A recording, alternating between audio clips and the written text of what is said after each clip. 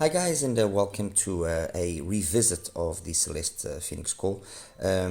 Its launch date is coming closer, and I thought it would be interesting to compare it with a few other IEMs, since my first, let's say, contact with the Phoenix call was one where I focused more on more expensive IEMs, and so I thought, well, hold on, let me just give the Phoenix call another quick run, and compare it to other IEMs at different prices of different categories, and kind of help you guys position better the Phoenix call with regards to other stuff.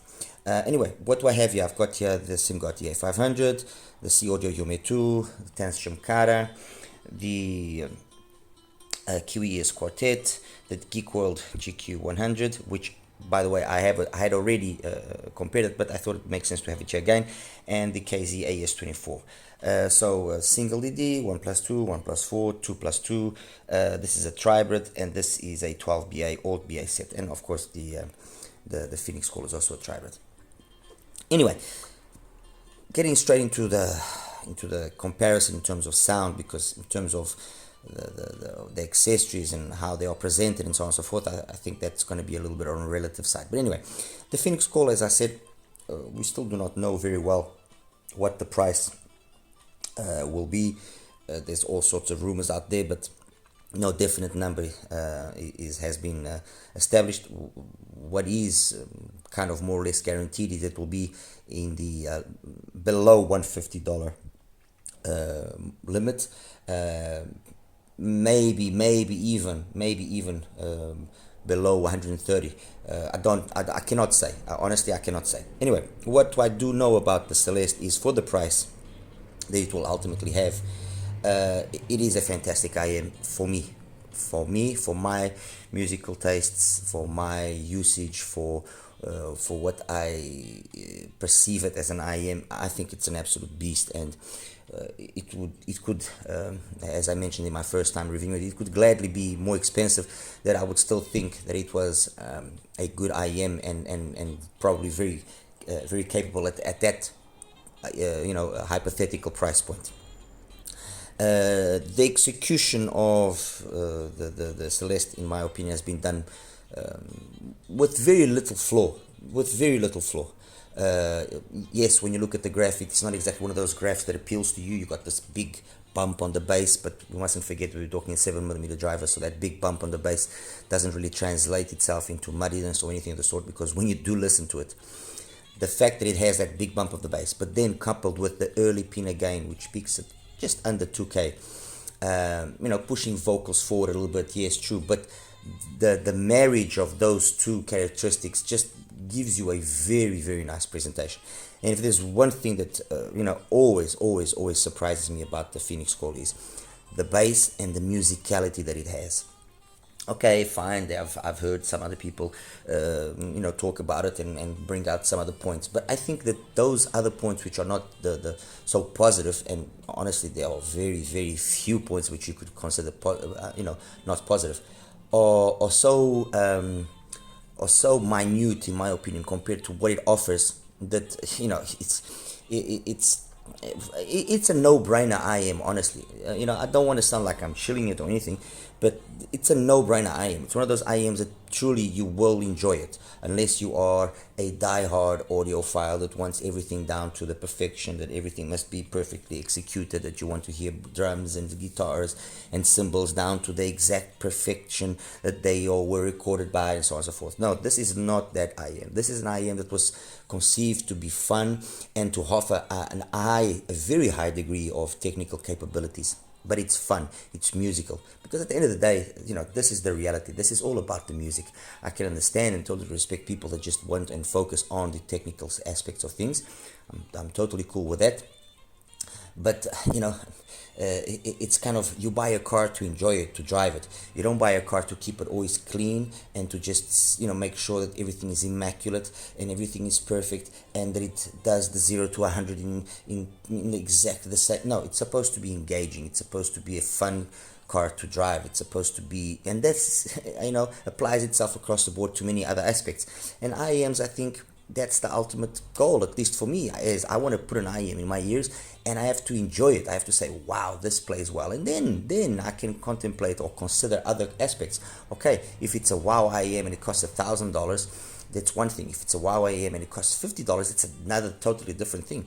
And I've always been very much a believer of the law of diminishing returns, and trying to find the, let's say, the holy grail of the one IM that encompasses all the characteristics of being, well priced, well built, and plays amazingly well.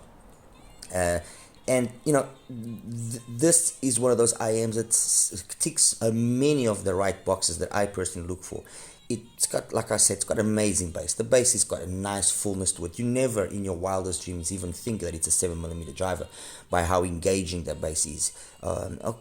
It's not a highly clean, super detailed bass like you find in other IMs, which are more expensive. Fine, I will give it that much. But the bass that is presented, is a clean enough bass. It is a dynamic enough bass, and above all, it's a tonally engaging, a tonally satisfying bass, which confers a musicality to the Phoenix Call, which is just, in my opinion, way above its price point. In terms of the mids, yes, okay, they are a little bit forward. This can make on an audiophile perception, things not sound 100% correct. But honestly, I never found male vocals or female vocals to be off. I actually prefer that extra weight that it gives to the male vocals, as opposed to making them sound thin. I actually prefer that extra weight. The female vocals also sound perfect. No issues. There's no harshness, there's no aggressiveness, there's no sibilance or anything of the sort. And the few occasions where things start getting to that point are so few and scarce and sparse, that you question yourself. Well, how am I going to be highly demanding, or am I going to just cut it some slack? And no, I'm going to cut it some slack, because it's like I've said also many times before, if I'm listening to a $2,000 IM, my margin of tolerance is very low. If I'm listening to a cheaper IM, I give it a much larger margin of tolerance. So as I mentioned before in my review, and I said, mids are perfect in my opinion. The detail that they have, the timbre, the tonality, everything is very, very well executed. Although yes, there can be occasions where you would say, oh, I would like there to be just a little bit extra of twinkle in a little bit twang more on the guitar string, or a little bit more the sax sound a little bit. But you know what, people, seriously, it's like I always also say, if you want to go and really be nitpicky, then you have to be in absolutely ideal conditions where you have nothing in terms of noise around you, and the perfect gear and so on and so forth. Ultimately, at the end of the day, you're going to listen to this outside, in the subway, in the metro, in whatever you call it, in whatever part of the world you are. You're going to listen to it on your way to work, on a bus, in your car, maybe even just walking around in the park, where there's noise, there's life going on around you, and you want something that's just going to be engaging. It's just going to be nice. It's going to be satisfying. Okay. Technically as well, I found it to be more than capable. No issues with the Phoenix Call. No issues with it being incapable of doing anything within very high standards, both in terms of soundstage, imaging, detail retrieval is fantastic in my opinion. And that's it. I mean, this is a good IM. It is good. The implementation of that 7mm driver, those two BAs and those two microplanars, has been done, in my opinion, flawlessly. Compare then to these other IMs, this other group of IMs here, compared to the Simgot. The Simgot is an absolute beast of an IM. As a single DD, the driver that they used here is of a very, very high quality. This DLC driver is just surreal. And if there is a minor flaw which doesn't affect me, and mind you, I do consider to be myself a very much a person that enjoys bass, is that there could be a little bit more bass. But the truth, in my opinion, for me, with my music, it has more than enough bass to keep up with everything that I listen to very well. I never really found any occasions where I would say, oh no, I wish there was a little bit more, like Swept Away from Carol Dubach. It's a nice song. It's got a nice intro with a nice drum going. It does it flawlessly. There's nothing there. If you've listened to something like Free for All Rhythm and Sound, which is a kind of like a very heavy bass orientated kind of reggae style music, it manages to do it fine. You know, I can't really say, oh no, because the bass that is present here is a clean, very high quality bass. Okay, mids and highs, some people were complaining that oh, it was a little bit too intense and so on and so forth. Well, you know, the reality is this: I'm 52 years old, so I'm sure that my hearing past 10, 12K is not what it used to be. I mean, I can hear up to 15 pretty good still, but above that, that's end of story for me. So, you know, I can respect and understand that maybe the younger crowd will listen to this and think, oh, this thing is a little bit too harsh, too aggressive. I personally don't find it that way. I find it highly detailed. And there's a lot of times that there's a very big similarity between the two of them. You know, I think the biggest thing that you'll find between the PHOENIXCALL and the Simgot is that the PHOENIXCALL has a bass which is more satisfying. I guess that's what will be the thing that stands out. It's just a warmer, very satisfying bass, while here, yes, in terms of ultimate quality, it is a better bass than there, but it just lacks that extra little bit of weight that we have here, okay? And that then confers that little extra amount of warmness, of organicness, of old school reproduction to the rest of the spectrum, which you get here, okay? But ultimately, it's not, oh, this is a loser, this is a winner. This is a single driver working magic, and this is 7mm, 2 BAs, 2 microplanars, working magic as well. It's as simple as that. This goes for about $75 depending on where you get it from. See Audio Yume2, you can get it anywhere from $160 to $180 depending on where you get it to. In terms of a 1+2, I think it's not only the best implementation of See Audio in the Yume series, but one of the best, or one of the better 1+2s that you can find. Mids and highs are, in my opinion, flawless. They are the best mids and highs out of the whole Yume series, and comparatively to the PHOENIXCALL, maybe you could argue that this is more correct, more balanced out, okay, but in terms of fun, it's a hard one. It's a real hard one. I would maybe give it a 55-45, and a 55 I would give it to the PHOENIXCALL, just edging out a little bit the Yume2 in terms of fun. In terms of bass, this has got really good bass, but somehow as well, the way that they've married the bass driver there with the mids and the highs has been done in a way that it ultimately has just a little bit extra warmness, which is it's just a very engaging IEM to listen to, the PHOENIXCALL, honestly. Having said all of this and praising it like I am praising it, I mean, the Yume2 is a fantastic IEM. It is a fantastic IEM.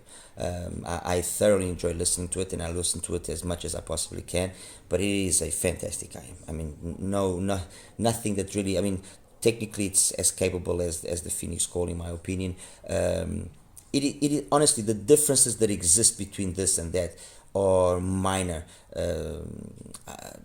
very minor, very minor. I would, again, very much like on the Simgot, the EA500, I would say that the ultimate quality of the bass here is better than the quality there.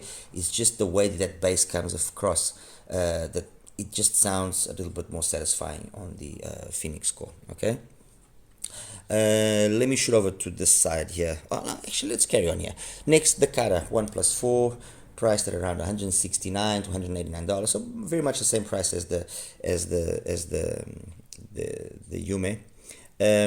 What are the big differences here? Well, the bass in here is a very sub bass kind of focused. It's got that very quick roll off. It's not a tuck, it's not a smooth transition to the mid bass and into the mids. It's got a very quick roll off, and you do feel that it can rumble a bit more than it on the PHOENIXCALL. It does rumble a bit more.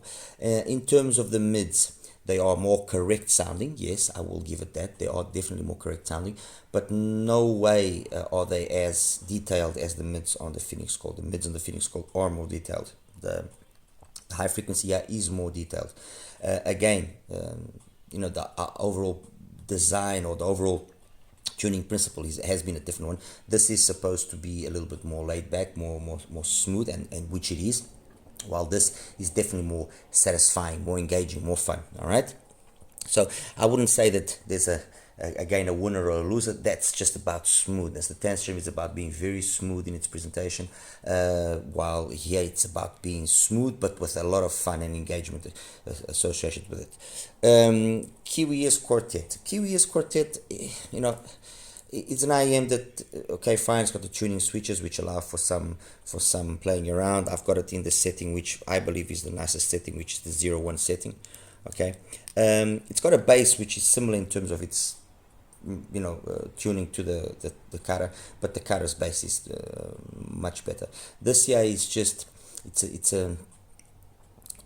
not that it's badly done. It's well done, actually, the bass, but it's just not you can feel that the quality of the driver is not as the it's not a quality driver like that we have seen in the other four up to now, in the EA500 or in the 10th stream, or in the See Audio, or even on the PHOENIXCALL. It's a lower quality driver, so the bass just isn't as clean, it isn't as detailed. It's got that fullness, which engages you, but it isn't. And then the BA is being used here basically for the majority of the mids and the highs. It's you feel more here the BA-ness of the IEM. While there are no BAs, of course, but while there, you very seldomly feel the BAs. The same thing there and the same thing here. Okay, here you feel that BA-ness, and it's okay, it's nice, it's well done. I mean, it's $109 if I'm not mistaken. The price, I guess, for the price, it's fine. But if you guys recall, when I compared it to the CVJ May, I said I would choose a CVJ May over this. And I would. The CVJ May ultimately for me is a better IEM than the Quartet. I've got the Quartet here because of the price, really. I think the price of the Quartet will be very proximal to the price that the PHOENIXCALL will have. Compared to the Geek World, the GK100, it's the other IEM here that has details, until the end of the world. Very highly detailed. It's tribrid as well, using these custom made dynamic drivers, which one of them is a sandwich of two diaphragms, each handling different parts of the bass, and then a third section of the driver is a piezo to help out with the cleanliness of that same bass. Then the second driver is focused basically just on mids, and again a piezo, and then it's also got BAs. I personally find that they did a very good job of trying to marry the drivers, and for the most part that was obtained. There is sometimes where you actually see, or you can actually feel that there isn't one driver basically they're playing, but you can feel that there are several drivers playing. That coupled to the fact, which it didn't bug me once again, but the fact that it really does have a lot of detail, ultimately is the let's say its downfall, especially if you like listening to music loud. So when you compare this to the PHOENIXCALL, at certain volume levels they kind of very evenly matched. Yes, this will sound a little bit colder because although it's got two drivers for the bass, the way it's been tuned doesn't keep up with the bass on the PHOENIXCALL in terms of how it's been tuned. It just sounds more lush, it just sounds nicer there. Okay, not that it's a huge day and night difference, but you do pick up on it. And then when you start cranking up the volume, then you see that the Geek World becomes significantly more clinical, significantly colder sounding, while the PHOENIXCALL actually maintains that nice lushness, that nice warmness and engaging sound characteristic. Again, this is not a winner or a loser. It's just another IM which kind of has a philosophy in terms of sound, which is somewhat similar to the PHOENIXCALL, and it's also a tribrid, and this goes for $200. And then finally, the KZ, the AS24, this is around $115 depending on where you get it from. I've seen it a little bit cheaper. I've seen it about $100, but this is about $115. And as an all BA set, it's unquestionably the best BA set from KZ, period. And considering then the price that it has, it's one of the best BA sets that you can get at its price point. It far and exceeds the performance of many other BA drivers, full BA drivers out there right now. Okay, you could argue, oh, but it's 12 BAs, it's supposed to do, oh, well, it's supposed to, it's very relative. It's been very well tuned. The implementation of the switches here has been flawless. And again, it's those switches that actually are able to bring out the magic of the AS24. Ultimately, I don't find the AS24 to be as detailed as the PHOENIXCALL. The PHOENIXCALL is a more detailed IM. It is a tonally more correct IM in terms of sound. For me, mind you, there you will feel a certain BA coldness, while you have a DD, so it confers that warmness to the sound. The mids are too different for me to even kind of compare them, although they are both very well executed. Ultimately, the one that's a little bit more satisfying, I find it to be the mids on the PHOENIXCALL. But I find that this is or will probably be less fatiguing for more people than what this could possibly be, because of very detailed upper frequency range, especially for those that are still fully capable of their hearing. That's the problem with, I think, with the PHOENIXCALL and the GK100 and some very highly detailed IMs, is that they can be perceived as fatiguing. I didn't feel that, honestly, and personally, when it comes to that, I feel that the AS24 is just an overall more easy to listen for longer periods of time IM. Although, like I said, personally, I never noticed that. I'm just trying to now put myself in the shoes of others out there, and give you a better feel. In conclusion, I mean, all of these IMs are very capable. There's no winner, no loser here. They're all very capable within their specific styles or configurations, I would say. But yes, there are ones here which I perhaps would not consider as highly as an alternative to the PHOENIXCALL. The PHOENIXCALL is definitely a better IM than the Quartet. Definitely, no comparison there. With regards to the Geek World, the GK100, the PHOENIXCALL is also as detailed, but it brings to the equation a little bit more lushness, a little bit more warmness to the sound. So if the price is what I expect, it makes it the most sensible choice, to be honest. Compared to the tension, to the Cara, they are tuned in a very different way. I mean, that's supposed to be smooth. This is supposed to be detailed. So you choose what you have to decide what you want: a more detailed reproduction or more smoother reproduction, and that's ultimately what will make the decision here. Compared to the final comparison with the Yume2, the Yume2 is very capable. It's kind of very similar along the lines here. I think that ultimately the decision of purchase will come down to the price. Yes, excellent build quality. Yes, excellent accessories. I mean, very, very nice IM. But I think it's the price here which will be the determining factor, and not so much the overall quality of the production.